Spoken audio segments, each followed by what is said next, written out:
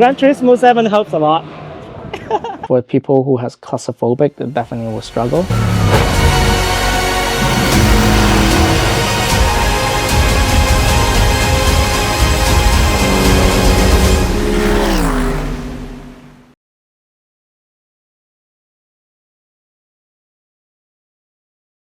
Autopolis was a very weird stint for me because my first stint, my teammate had some incident, so the car was damaged. When the car came in, it was also under a safety car, so all cars are sort of bunch up after a big accident. For me, my job is to go out there and catch up with the traffic. Funny thing is that the moment that I caught up to the bunch in front of me, the position is right there because the Lexus, which is the third place at that time, he was right in front of me. How to make my lap time more consistently faster. It's not just having the fastest lap time, but standard deviation of my lap time a lot smaller. I was basically trying to make my lap time within half a second for the entire hour. That was once my goal. And also that trying to find the grip level, the optimal grip level of what the car can do as well. So our sim setup is actually quite simple. First of all, we use full Moza lineup for majority of the control. We have Moza R9 wheelbase. The reason why we choose R9 because R9 is very reliable. Also that it provides enough feedback for majority of the customer. GS, CSV2 over here, CSV1 actually. And we have FSR. The reason why we have a different steering wheel because we have different customers. Sometimes customers want a little bit different things. So we would like to give them a little bit better experience. In terms of pedals, we have Moza CSP pedals. They're low cell, also very reliable. And the key point is that they're modular. So if the gas pedal breaks, we can only change the gas pedal. If the brake pedal breaks, we can only change the brake pedals. See, we're using our own chassis. This chassis is patented. We also design our in-house and then we manufacture ourselves. We have our D-Box full motion system, Gen 5, 4-post, not just 2-post system. Ultra-wide single monitor. The reason why we use ultra-wide because it provides enough vision. Also that compared to triple monitor, in terms of operation, is a lot easier. I talked to other GT3 racers as well. I think the actual feedback force, the raw peak force of a GT3 race car is approximately around 12 to 13. We don't think that the actual GT3 the steering wheel is actually that heavy. So V9 is 9 Newton meter, a little bit lower than that, but I don't think that would create majority of the problem. The brake pedal is very heavy. At the same time, it has travel as well. Most of the pedals on the market, especially the low cell one, the travel is relatively short because the bushings needs to be heavy, right? The moment that you have heavy bushings or heavy springs, your pedal travel is just naturally very short. It's basically spring or bumped actuated, right? It's not like fluid actuated. That's why that naturally in sim, the pedal is sort of kind of different compared to real life. But yeah, the weight is a big difference and the travel is also a big difference. Like even with the heaviest pedal in sim racing, probably it's not even half of what the real car weight is. It's that heavy. So for example, in Motegi, I literally have to stand on it. Like you feel your entire body weight just press on the brake pedals.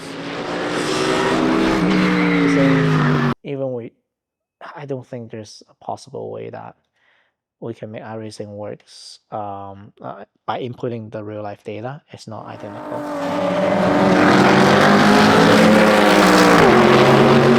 Even though the iRacing has done a good job in modeling, I don't think that the setup on iRacing would work on real life. At least we tried it with the engineer, but we just couldn't get it right. And I'm specifically talking about GT3, right? So for the Mercedes GT3 AMG, yeah, it's quite different in terms of setup.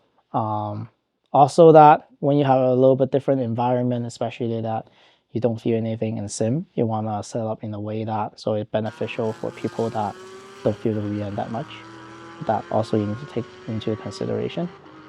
So yeah, I don't think that it's 100% translatable between the setup in the simulator and the setup in the real life. No, there's no pretending inside the GA3 cockpits because it's too different. Like yeah, I see people try to imitate the cockpit as much as they can. That's great, but I would say that's mostly on entertainment level because just it's not just about like the visual thing. It's not just about having whether you see your robot or whatsoever. It's like the full package. The impact into your body in G3 is just so huge to a point that there's no way you can simulate it. Most important part for people who try to train for real life on simulator is that to pick one specific thing that you really want to work on, whether it's like a mentality thing, whether it's a skill thing, and just focus on that. The biggest problem is that I don't have the experience because you have driven a lot of race car, like race car, you have driven a lot, but I haven't. So I need a couple of laps to understand that, okay, the tire is good, the car is good, the track is good. I can push it a little bit. And also, the curves. I found that Motegi, when the curve is nice, right? But once you're over the curve, it drops, right? Yeah. So it doesn't in simulator. So in simulator, in some of the curve, you go all the way out and then come back, no problem. In here, downhill, that's 13, right?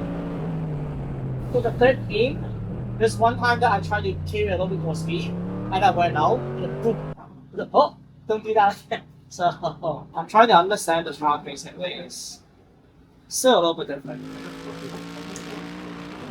Thanks. But it's very close though. Like I think the dynamic is very close. Even the turn 4, the oversteer, it feels exactly the same in simulator. Because on the simulator, I thought that my setup was shit. Yeah, we touched on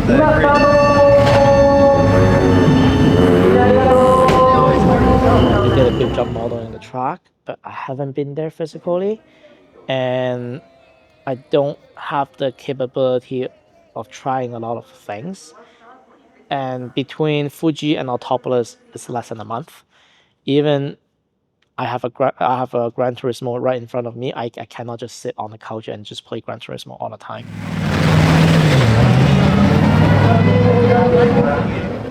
Have starting a race in my E46 in other races, but it's my first ever starting a race in GT3, so it's quite interesting. Also, the rules kind of different because in Super Taikyo that you even green flag you cannot pass before the start and finish line, so you have to kind of watch out that you cannot jump the start and pass the people, pass the guy in front of us because we were first row but second place.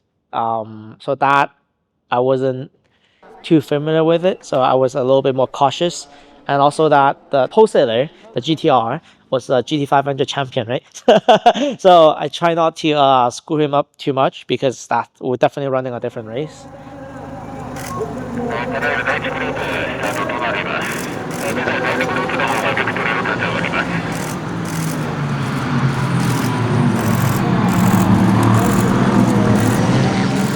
Unfortunate fact that I don't have the budget to have like a practice because one practice day for G3 is basically 30,000 euro a day.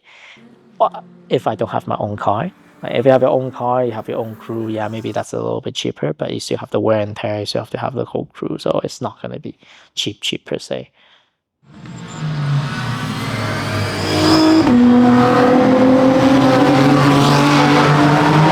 Let's say more than $750,000 Canadian dollars. You do the conversion rate, all right? So you can put it here, there, whatever. Okay. Yeah, that's how much it costs. Each race it costs a lot. The last race in Okayama it cost the most because In Okayama, I'm the only AM driver, so basically I'll be the one that bearing all the costs. Yeah, fortunately that in the most of the races in the Super Taikyo, we have 3 paying drivers at the same time, so it shares the cost tremendously. So that's why that is a little bit more affordable, and I think that's the key point of Super Taikyo is that there are a lot more people that were willing to buy into the team in Japan, and also that the team's financial is also it's a lot more healthier compared to most of the places in the world. Yes, it will make the job easier. Once you have the properly set up equipment, you have D-box, it make the job easier. But I don't say that's the killing point. That's not something that absolutely deter you to train on simulator. Even you have the cheaper, one of our sim racing teammate in Taiwan, he is still a student, high school student. He has only a very cheap Logitech wheels on his desk on the office chair, and he is doing very well. So there's no reason why for people to just stop racing, but just yeah, equipment will make it easier, but it's not. That's not the ultimate reason.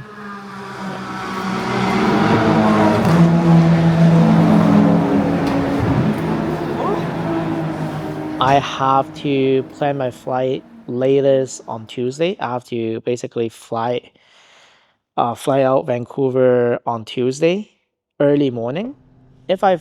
For example, if I flew on Tuesday afternoon, I would be arriving Japan Wednesday afternoon. The problem with Wednesday afternoon is that sometimes when your flight is slightly delayed, most of the car rental place in Japan, they close at 8 p.m.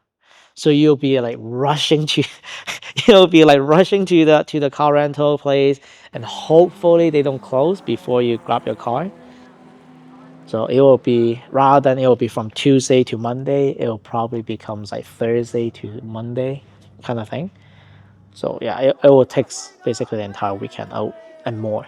Your following Monday and your Thursday and Friday minimum.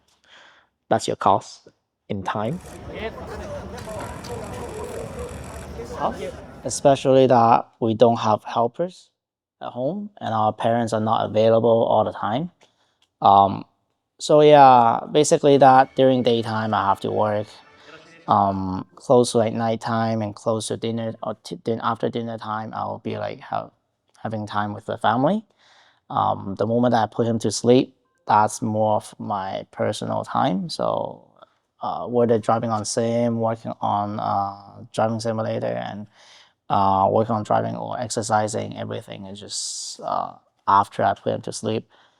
So it can basically yeah, take me up like 2-3 hours after 9. So most of the time that I won't be having any time after midnight, something like that.